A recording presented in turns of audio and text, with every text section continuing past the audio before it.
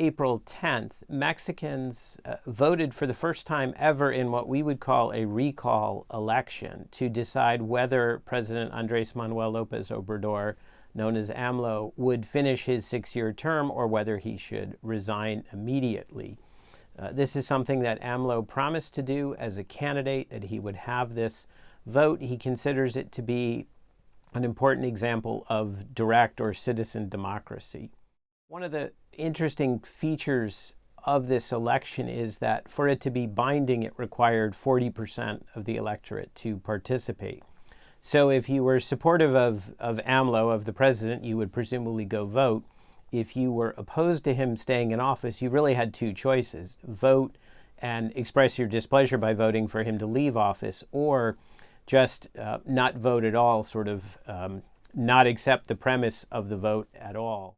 As was widely expected, AMLO did incredibly well. He got about 90% of the votes cast. However, only about 18% of the electorate participated. So, as I was alluding to, most people, presumably, who did not support the president chose not to participate in the exercise. The results for AMLO personally are very good. He will be able to point to a 90+% in favor vote. But it's important to keep in mind that the number of votes he won in 2021 was about double the number of votes that were cast in his favor this time.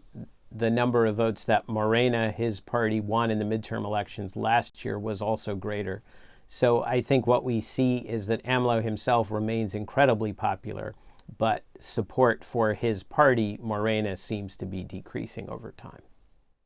The revocación de mandato, the recall vote, was passed by the Congress and verified by the Supreme Court. So the provision will exist. Whether a future president seeks to use it or whether the opposition would try to use it against a future president isn't clear.